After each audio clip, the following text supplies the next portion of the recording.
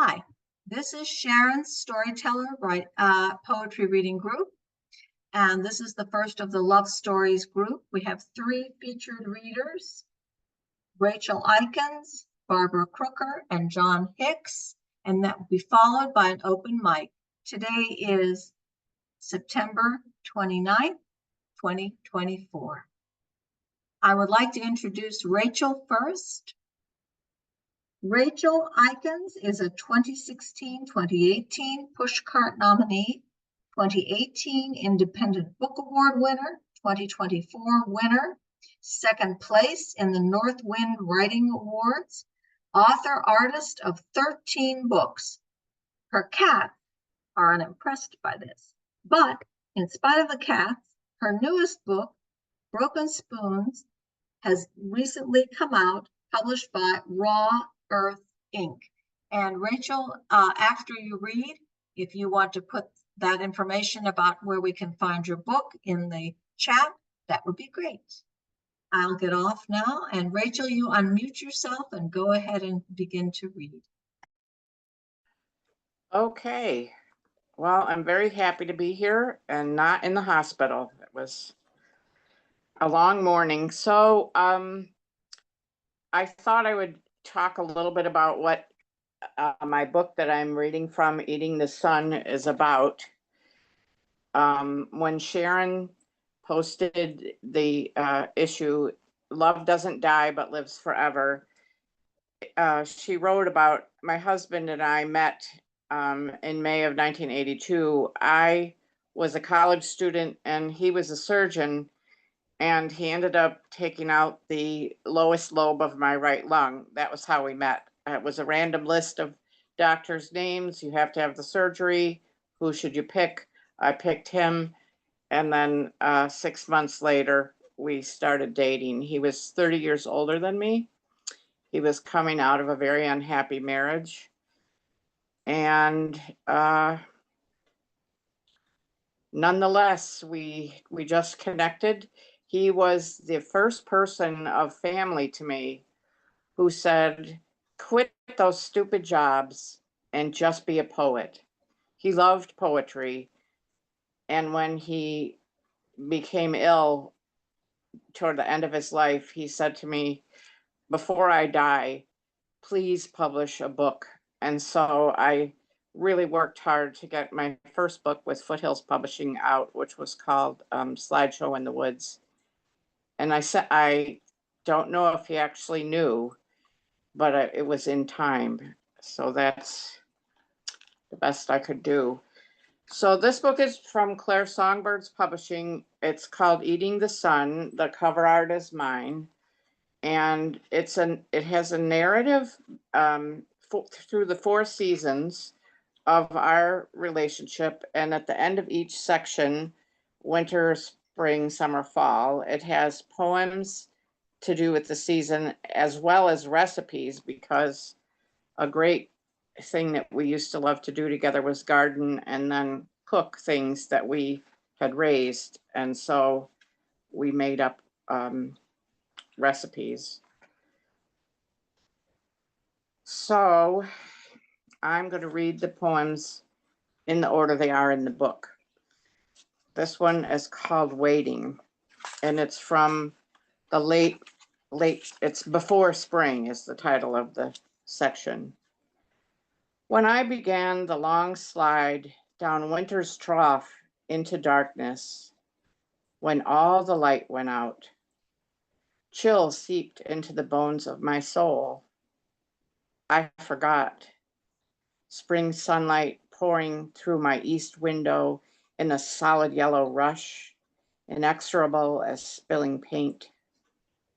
I forgot the tuning symphony of winds and strings, Phoebe, Cardinal, the ventriloquist starling who tries all instruments at once, stalking crows, one foot in front of the other, a bonded pair, blue-black, belly danced intensity. I remember when they sieved beaks through January snow for dropped sunflower seeds. Voles tunneled unseen far below. like my love for you, my heat for you. Such a surprise, you. I had forgotten the after-supper walks up the road, pink-tongued spring sunsets, taking you by the hand to marvel over sprouting bulbs and buds. Now I remember.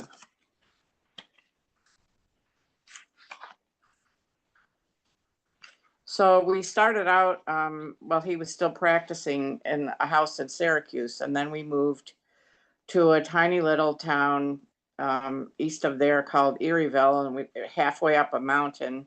It was very kind of pioneerish living. And this next poem I wrote, his birthday was January 23rd, which also was the day we got married. He got his divorce on Wednesday. We're driving from the lawyers in the car. He turns to me in the car and says, "Will you marry me?" And he had waited, he wanted to be free before he officially asked me, even though we'd been together 3 years. And I said yes. And so Friday we got married on his birthday that year. So this poem, though, is in our second house in Erieville. About Philip's birthday. I skated by the lower pond. From my hill-high perch, the gelling ice, an alien hand, starfish fingered, sweated into the surface, a commemoration. The birthday sign I painted celebrates from the barn door. 3 deflating balloons, the blue one almost full, even under such snow and cold. Consider it, that container of air, my breath and kisses, words, laughter, a hollow sphere full, that moment when I inhaled and you were born. And that is in the winter section. And this was, I don't know if you could see, but that was our little house in the deep snow in Erieville. So the next poem is in the spring section, and it's called Anniversary. After the day, after the supper, candles light. You carried my boots, me, so far. We slip front to front, underwater. Not one drop gleams between. We are that close. Fragrant, oil sheened. After 25 years, my spoony chin fits into your collarbones bowl. My arms encircle your chest just to there, where my fingers lie like minnows at home in the troughs your ribs create. We breathe. In deeper water, fish investigates weed tangle. Some tongue licks lips, somewhere an inhalation. You and me, under cats and covers, night's darkest secret. I whisper in your ear, and you slide home. It was lucky that we both were cat lovers. So the next poem is in the autumn section. And it is, because we had a huge vegetable garden, and it's called Pumpkin Vines. Pumpkin vines march across the world, and one green heart swells on a stout stem. If I rest my cheek against this skin, it prickles. It is warm like life, singing the song of sunlight. The voice of my own heart choruses, wow, wow, wow. My toes root in the earth. Pumpkin twines around my ankle, holds me tight.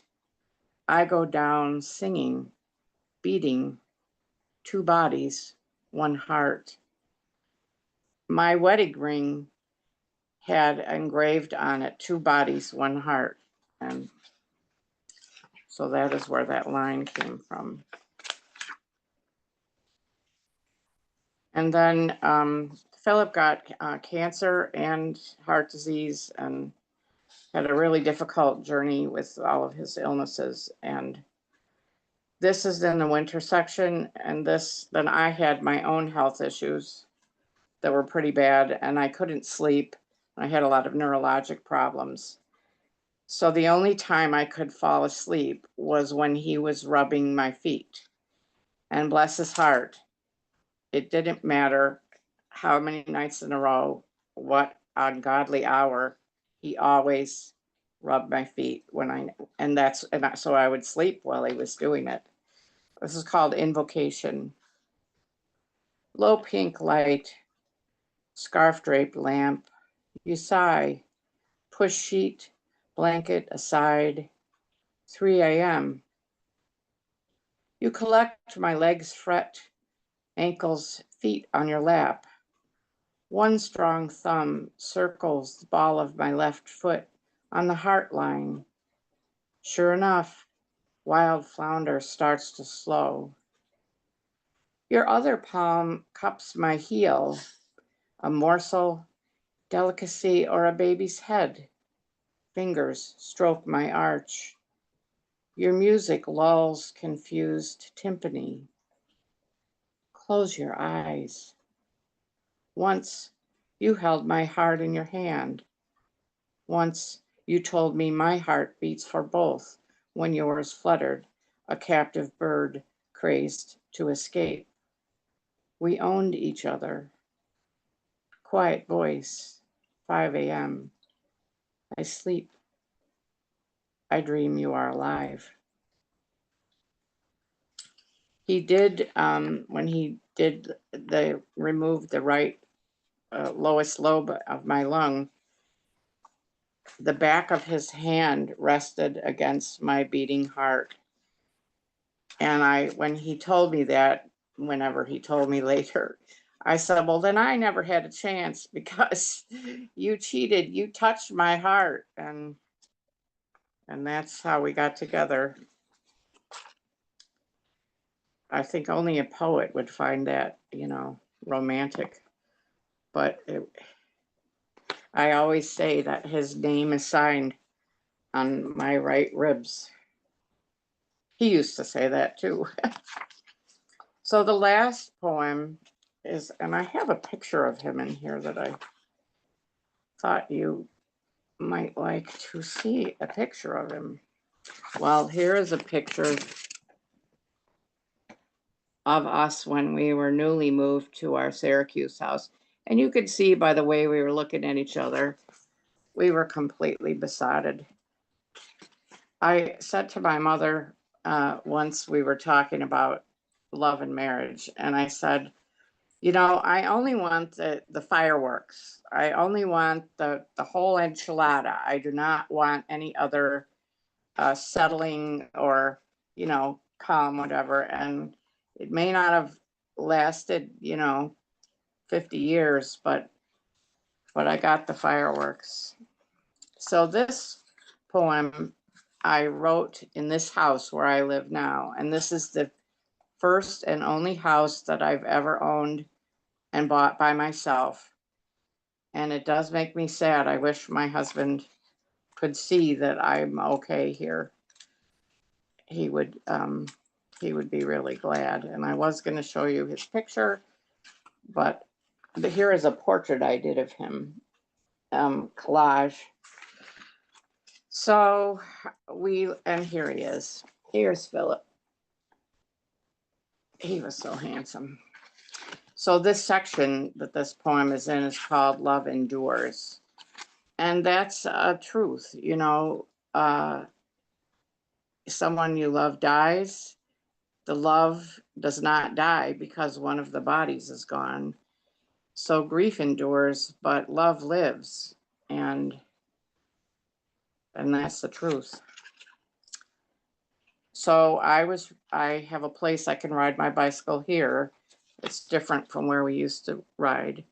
It's a lake and I can ride on the shore. And I was riding one fall, and that's where this poem came from. Question.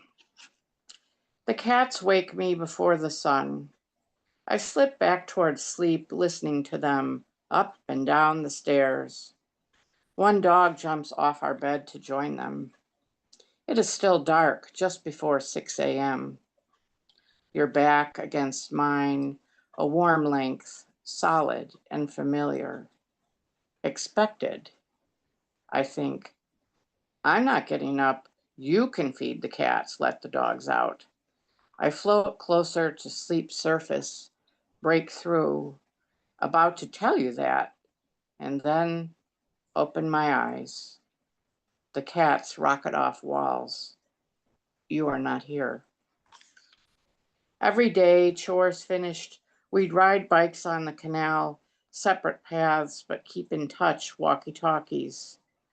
Meet at the car later, shiny, empty of cares, hearts humming.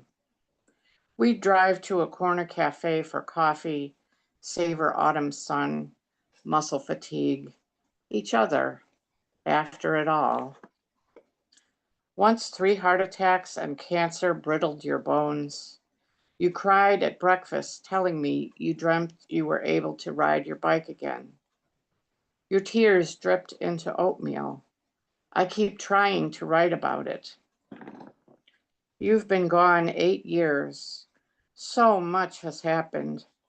The portrait I painted of you hung in several galleries, and I performed poetry voices in front of a backdrop of my art at a small family art school owned by those friends who used to serve us coffee after rides. I own my own house, my own heart surgery.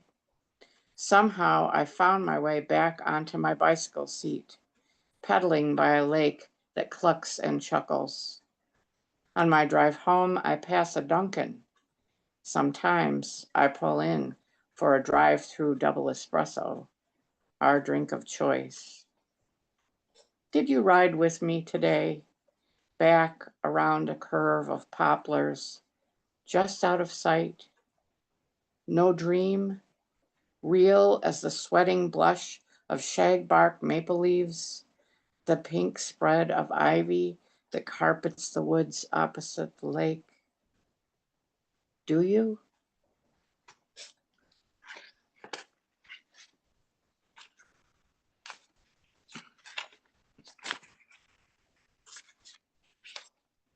Beautiful, Rachel. Thank you. Okay, our next reader is Barbara. Barbara Crooker is the author of 10 full-length books of poetry. Slow Wreckage, Grayson Books 2024 is her latest. Some Glad Mornings from the Pit Poetry series, longlisted for the Julie Suk Award, and the Book of Kells, put out by Cascade Books. Winner of the Best Poetry Book of 2019 award from Poetry by the Sea. And those are just her newest collection. So we look forward now to hearing your story, Barbara. Thank you, Jen. And thank you again, Rachel. That was beautiful. Yes, thank you, Rachel. I'm going to mostly let the poems speak for themselves, but my husband and I met at a party in Corning, New York. So that's the beginning of these poems. He has been gone 3 years now. These are part of a 75 poem manuscript of grief poems that I'm trying to find a home for, and we'll see what happens. The title of this first one is Coup de Foudre, which is the French term for love at first sight, and it literally translates to thunderclap. A crowded party, somebody's living room, the air between us electric and crackling. You'd come with someone else. I was given the rush by a more handsome guy. But somehow we knew we were combustible material. Later, there were trips to France where even the air was drenched with love and longing. Were we sensitive to what was going on around us? I'm not sure, but eyes meeting over cups of cafe noir was nothing but foreplay. I can't imagine being in Paris and not being in love. I can't imagine ever going there again.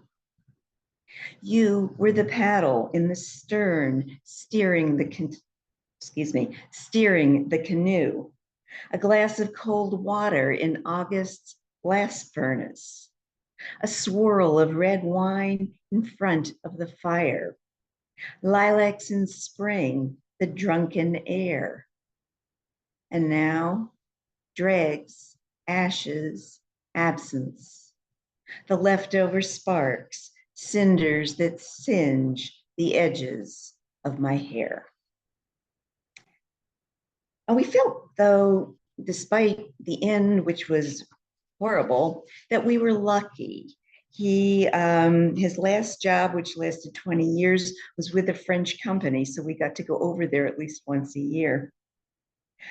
He had the misfortune to have an aortic dissection, which is something I've never heard of. He had that, a heart attack, and a stroke all at the same time on the night of October 10th. And it was COVID.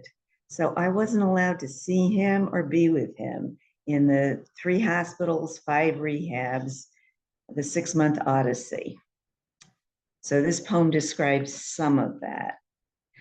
It's called The Red Thread, and it has an epigraph. An invisible red thread connects those who are destined to meet regardless of time, place, or circumstance. The thread may stretch or tangle, but will never break. And that's a Chinese proverb. I felt it, even when you were in the ICU, then the vent trach unit, then other hospitals and rehabs, that there was an invisible cord binding us over the miles of icy roads, the units closed to visitors because of the virus. The thread was stretched thin, almost to breaking. Now death has tangled it past unraveling, a thicket of knots, a path that's impossible to follow, an impenetrable maze of thorns. But my finger, like a phantom limb, still feels the tug, the tension. Someday I will follow the pull and let it lead me back to you. And this poem is from our last trip together, which we didn't, of course, realize at the time. I've had the fortune in my writing life to have a number of my poems set to music. And in 2019, they were part of a suite of poems that were performed by the Los Angeles Masterwork Chorale in the Frank Gehry designed Walt Disney Hall in Los Angeles. It was really amazing. And we tagged a vacation onto this. And I knew that it would probably be a good year for the wildflowers. So while it seemed lucky that we were in a super bloom, I actually was following this online on various wildflower chat groups, trying to find where the super blooms might be while we were there. Walker Canyon. It's 3 p.m. and shadows are lengthening. We are called to contemplate that death and impermanence are part of life. My heart objects. I want you back in your lovely, flawed, and fragile human body. More years together in our quiet house, nights wrapped in flannel sheets.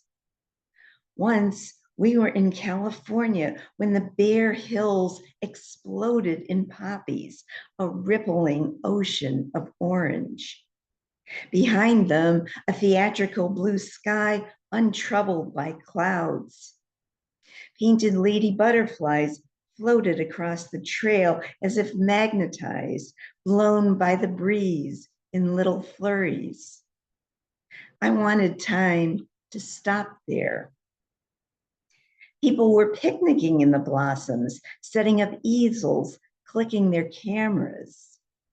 You took a short video I just found on my phone. In it, I can hear your voice again. Oh, how I miss it. And the hot wind and the crunch of boots on the pebble path. Someone said, it just goes on forever, doesn't it? And I wish it did. The blue day, the fluttering petals, the butterfly wings, you and me, the brush of our hands, all of this impermanent, all of this gone. And then this last one is an ekphrastic poem based on it's a postcard I got somewhere. And the postcard is of a gelatin silver print by the famous photographer Brassai, 1932. And the title of it is in French, Coupe d'amoureux dans un petit café, quartier, Italie. This could have been us, maybe 70 years later, on one of our trips to the city of light. First, you'd wrestle with the top brass over the R&D budget while I shopped and went to museums. Then, when the business stress was over, it was just the two of us. No worries about my mother, about our son with autism, just us, a small brasserie, the May air, the blossoming trees. Even the smoke from the nearby Gitane, part of the ambiance. I love the way coffee came in France avec son chocolat, with his chocolate, that sense of belonging. The couple in this photograph are just about to kiss. We never see the next moment when the baiser happens. Or maybe it doesn't. Maybe it's a contrivance, a pose for the camera's eye. It doesn't matter now. But if it had been us, oh yes, we always followed through. Thank you.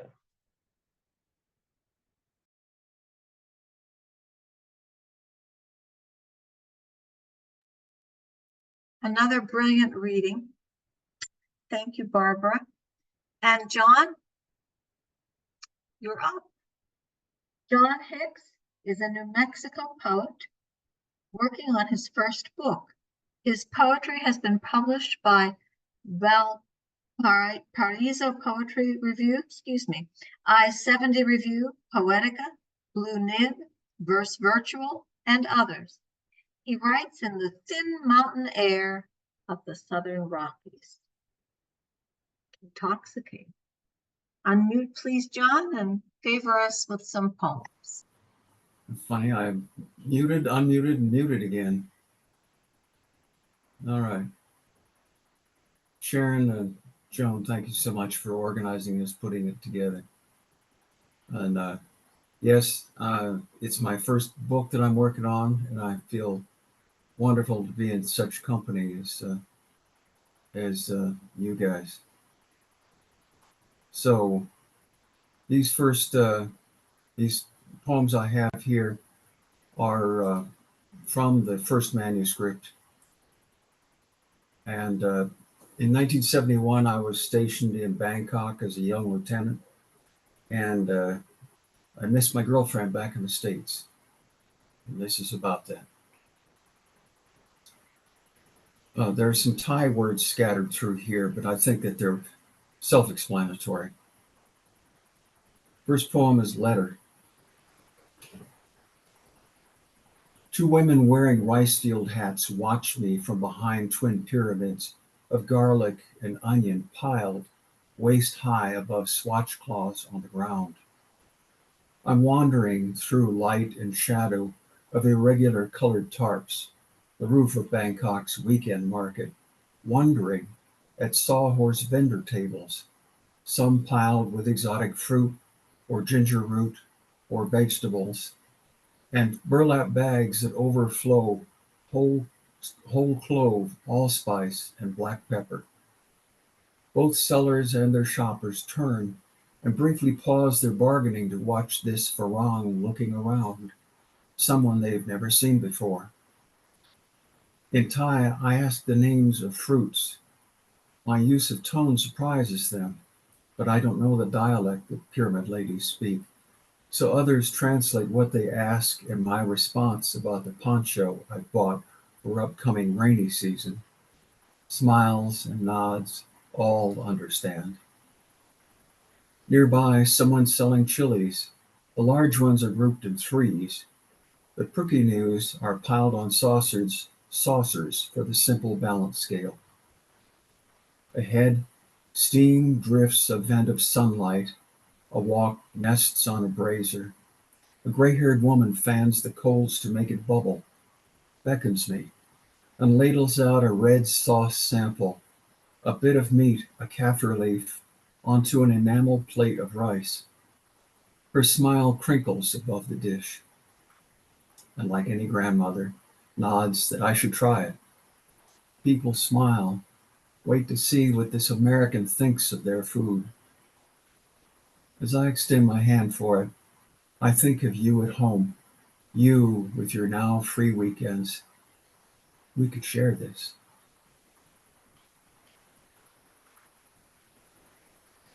And this next poem is called Special Days. Special days, particularly on special days, you'll see people go to the street of flowers, where farongs like me buy orchids and roses. Special days, like birthdays, are when a young man enters the monkhood. They buy jasmine garlands to grace the spirit houses pedestaled in a sunlit spot outside their homes. It's well known that offerings of flowers, food, and incense attract favorable spirits that join them in family affairs. Here, the short-haired elderly woman, she lives in a small room off my landlord's kitchen, tends the old-style spirit house inside my gate. I see her every day. Tomorrow, you arrive on Pan Am 1. To make your welcome perfect, I'm buying 2 garlands. One I'll bring with me to the airport.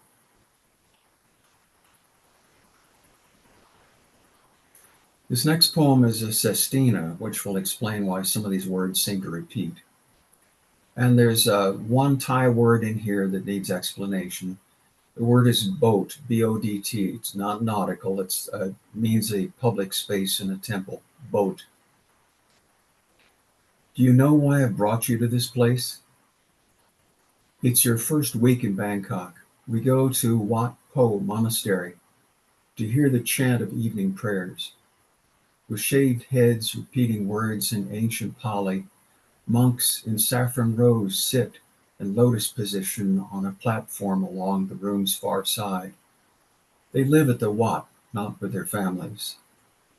Before you arrived, a Navy captain invited me to a family cowboat celebration. A young sailor was entering a monastery for a year, briefly setting his Navy career aside. I saw monks shave his head and give prayers and his family's happiness as he sat facing them for the initial ceremony to become a monk. We're on mats in the center of the room listening to the monk.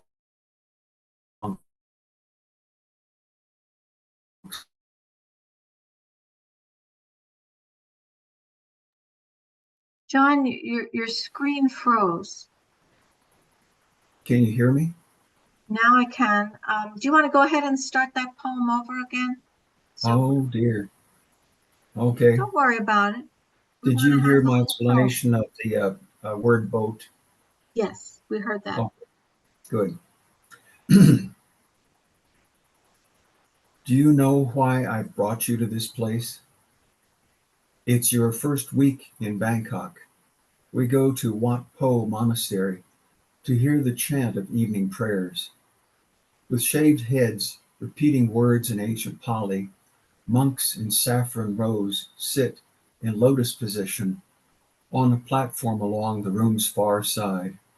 They live at the Wat, not with their families.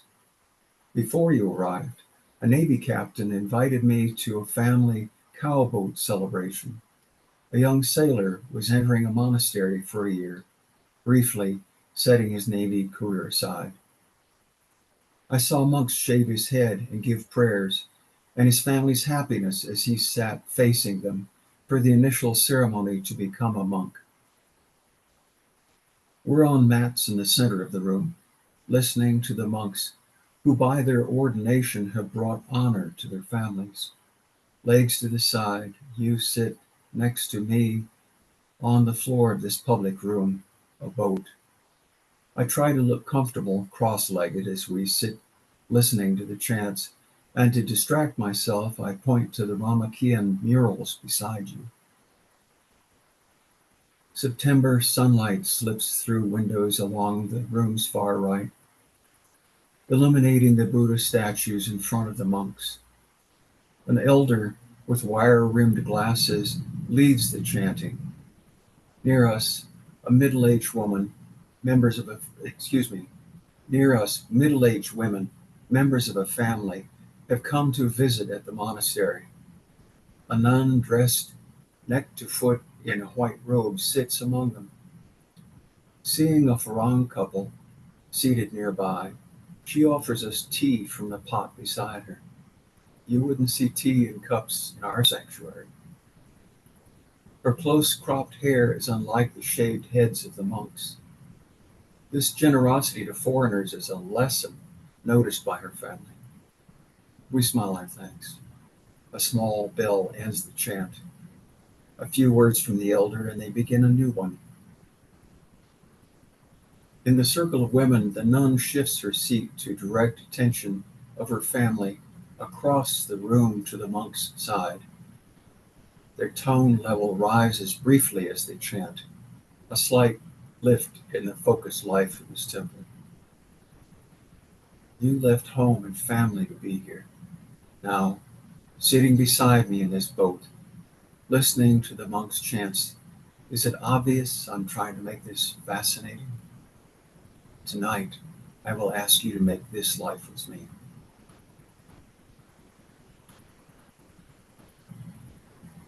And this next poem, The Lighting of the Lamps, wrote it several years ago, but to my surprise, last week I discovered the phrase "the lighting of the lamps" is in Cummings' Preludes, which I didn't realize. However, his was in London and this is not. The lighting of the lamps, Bangkok, hot season. Sunset draws in slender silk across the Chapria, fades into the rice fields and the Coimbatore, the forest canopies of Kanchanaburi. We like to watch from our veranda this light that tugs the tips of coconut palms spaced along our compound walls. It marks the time the housemaids leave their cool rest on the lawn for indoor twilight to light the lamps. The shelter of routines made it easy to slip into this life. Bangkok, wrapped in 3 seasons where we slipped away from your family's almanac pace, your mother's refusal to allow you to marry first. Here, light and dark on polished floors, quiver lines like shadow play. Hard decisions are wick soft as we await the evening breeze to cool the house. And when we retire, the only light will be above the gate, where the night watchman will strike the hour, matching the lazy pulse fanning us as we turn beneath the sheets.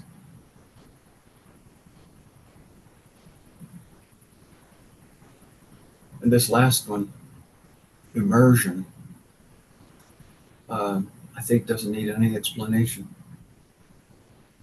Bangkok, hot season, 1972. Newlyweds, we're exploring our new life. Over dinner last night, a Brit neighbor told us about a street near Erewhon Shrine where the shops sell only religious items for Buddhists. We want to see it. In this part of the world, you buy tires on the street of tire stores. For flowers, it's a street of flowers. For a gift to a temple or a nun or a monk, or for your altar at home, go to the street near the Erewhon. It's hot season. We choose an air-conditioned shop. In front, by the windows, it's all statues of Buddha, some standing and some seated on lotus bases. There are stacks of saffron-colored robes for monks. We move up and down the aisles, lots of brass, like these strings of bells and candle holders. There are boxes of candles and incense sticks, lacquered tables, and wall altars gather at the back.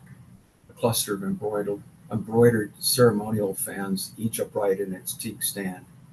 And gongs. I'm standing in front of the gongs.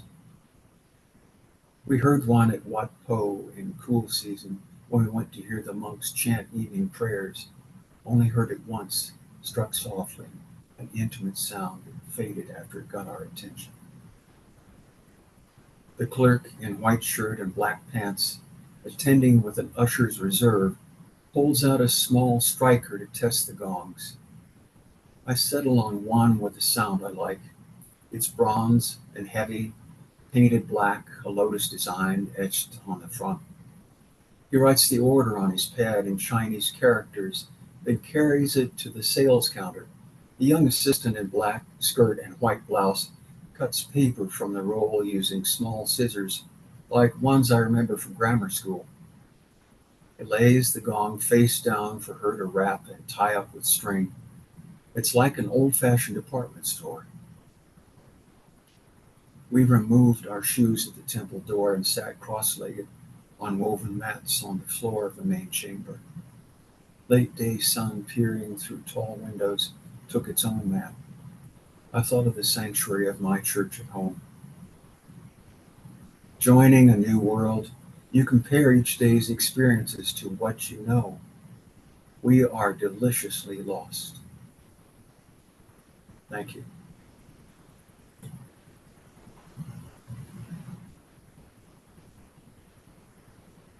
That was beautiful. I've never been to Thailand. Rosemary has, and she commented on it, and I just felt like I was there.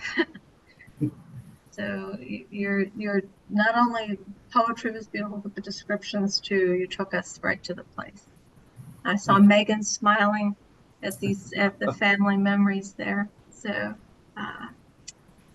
Well, I just wonder if you permit me, I just want to quickly say to John, I put in my comments, if you want to read them, just in case you don't, I know Chiang Mai better than Bangkok. I have an awful lot of photos. If you need a title photo for your manuscript, get in touch with me. Maybe you like one. That's all I wanted to say. Thank you, Rosemary. This is such a wonderful community. So I think now we can go ahead and are there any other comments that people would like to make before we start the open mic about the other poems? Megan just put up a note that he still has the gong, which I knew she'd want to see it. Oh, yes, yes. So there it is. It's so dark you can barely make it out. Do you have a special striker for it? It's unfortunately, it's let's say moldering. Oh. And I don't think that the sound would carry over the system anyway. Okay. It might freeze everything. Good. Marianne, I don't know if you have a poem to read or not, but if so, you will be number 5. Follow Jim. If you have one to read, Marianne. Hello. Yes, I can find one. It's quicker for me to speak than to type. And I understand that. That's what is me too. So, okay, our first open mic reader will be Mary McCarthy, and then Rose, and followed by Joe, Jim, and Marianne. So I'll remind you all. You don't have to remember the order you're in. Okay, Mary. I hope I don't completely destroy the mood here. I don't have a love poem to read. This is just something that I've been working on lately. It's a childhood poem. It's called Sanctuary. Too young for school, every day we played in Mama's kitchen. Plaid cotton dresses, leaving our bare legs cool against the smooth yellow linoleum. We rolled balls across, dressed and undressed our dolls, turned the crank on the Jack-in-a-Box, always startled by his sudden jump into the air, his crazy red grin and widespread arms. We liked to spin there, arms out, eyes closed, shoes tapping in tight circles until we stopped, dizzy and laughing, falling back down to sit on the floor, now tilting like a seesaw, while we caught our breath and got ready to spin again. Winters, we liked to stand on the register and let the hot air rise to bell out our skirts wide as princess gowns at a fairy tale ball, 2 rooms away from the front door to the 6-day saloon. There was little chance for interference. No one much came here, but Mama in her endless work, here where she would soon teach us how to cook eggs and boil Grandma's needles for her daily insulin. Here where once in the dark late at night, we would kneel at our punishment for fighting loud and worse than boys. Daddy making sure we didn't slack off and sit back to rest on our legs, but kept kneeling up tall until he thought we'd paid enough alone in the dark, where we knew there would be roaches and midnight fears, enough to teach us, strong enough to teach us our lesson. Thank you.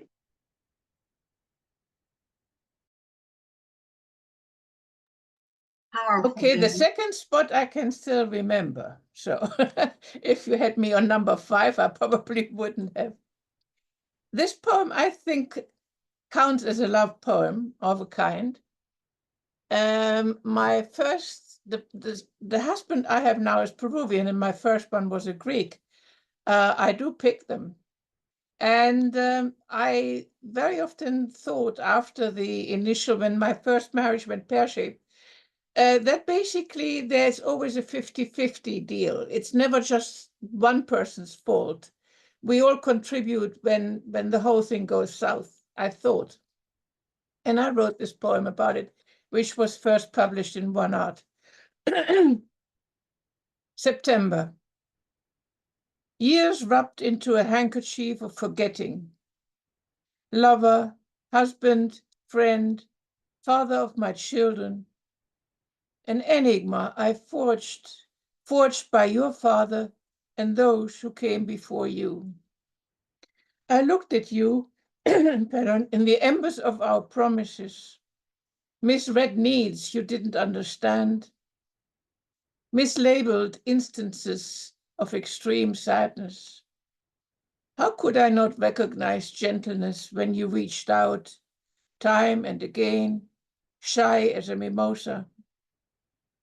Try to remember the kind of September when life was slow and oh so mellow. They were singing your song, my tender friend, and only now I realize that behind the wall you built from cynicism and laughter were tears I failed to dry.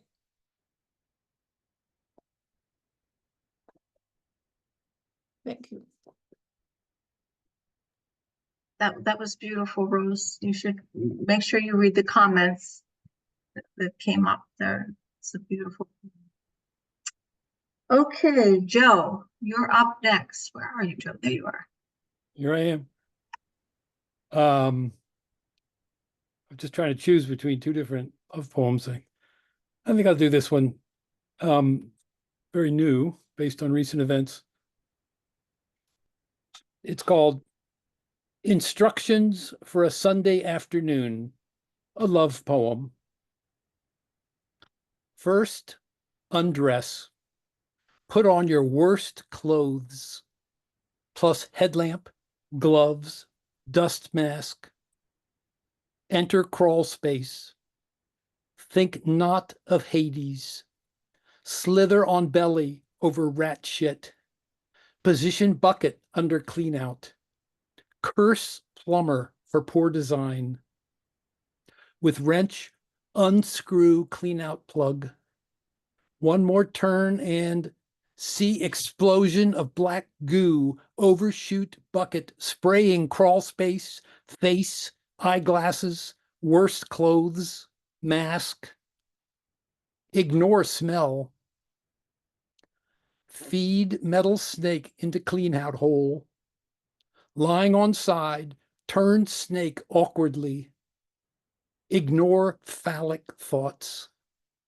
Keep feeding, turning until you feel the snake break through. Pull snake out, bringing more disgusting goo. Repeat. Feed snake, twist, bring out. Then, yes, again. Hope that's enough. Find clean out plug that blew 10 feet away in puddle of black muck. With wrench, reinsert plug. Turn it tight.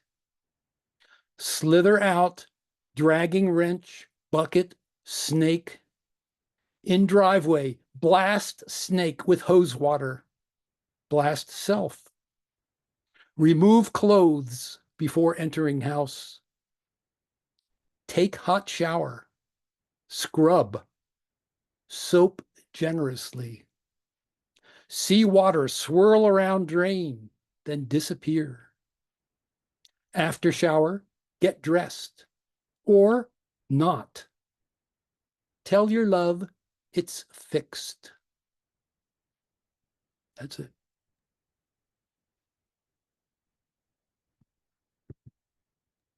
Or not, eh, Joe? Jim, you're up. I have a short poem. You can call it a love poem. I call it a comedy. It's titled Cross Traffic. Streetlight, late night, and there at a corner, unexpected sight of you. I feel my heartbeat quicken, rise to near, flutter, then stand still just to know you are there. You look past me waiting for the traffic while I go with the green. You become a blur, a splash of color in the city's tapestry. And I think, no, I'm sure, my heart can't take much more of you without a pacemaker.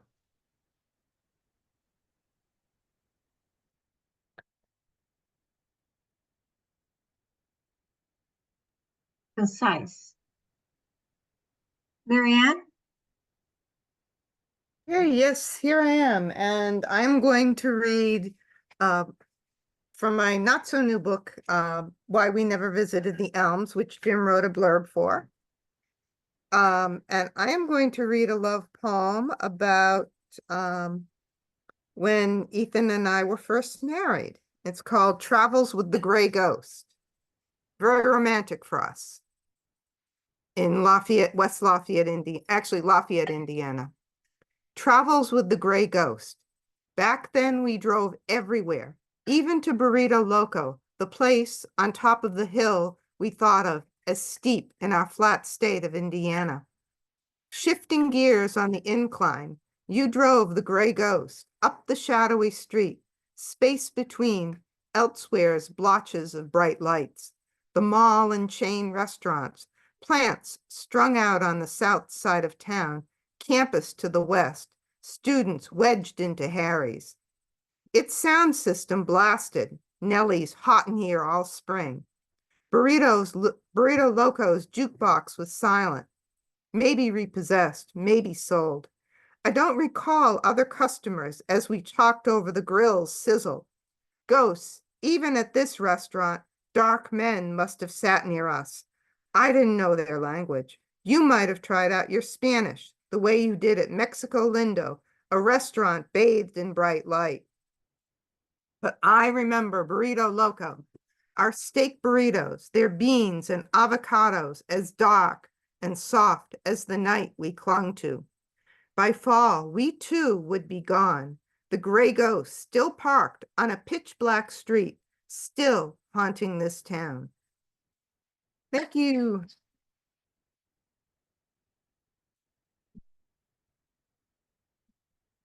Oops. Oh, you're muted, Joan. especially because I was saying everyone can unmute. And Sharon, did you have anything you'd like to say? We're ending, it's right at 8, and I think one more person wanted to come and read, and she's not here yet. So, you know, do you want to stay another few minutes and wait and see if she comes? I think it was Luann, so I hate to just leave. And Sharon, would you like to say something about next month? No? Okay. Anyway, we all got the email, so that works. And is it Joe? Is that the one that you're hosting next month? I'm not hosting it, but I'll be one of the readers. Be one of the readers. Gary Grossman will be. Oh, Gary's hosting it next month. Yes. Okay. Yeah. Does anyone else have anything else they'd like to say? I'm going to stop recording so that this part will be informal. I want to thank everybody, especially Sharon, for sponsoring this, and our 3 readers and our 3 main readers, and all of the people who read, and all of the people who came to listen to the reading. It makes it a wonderful, wonderful evening. Thank you for coming. Thank you.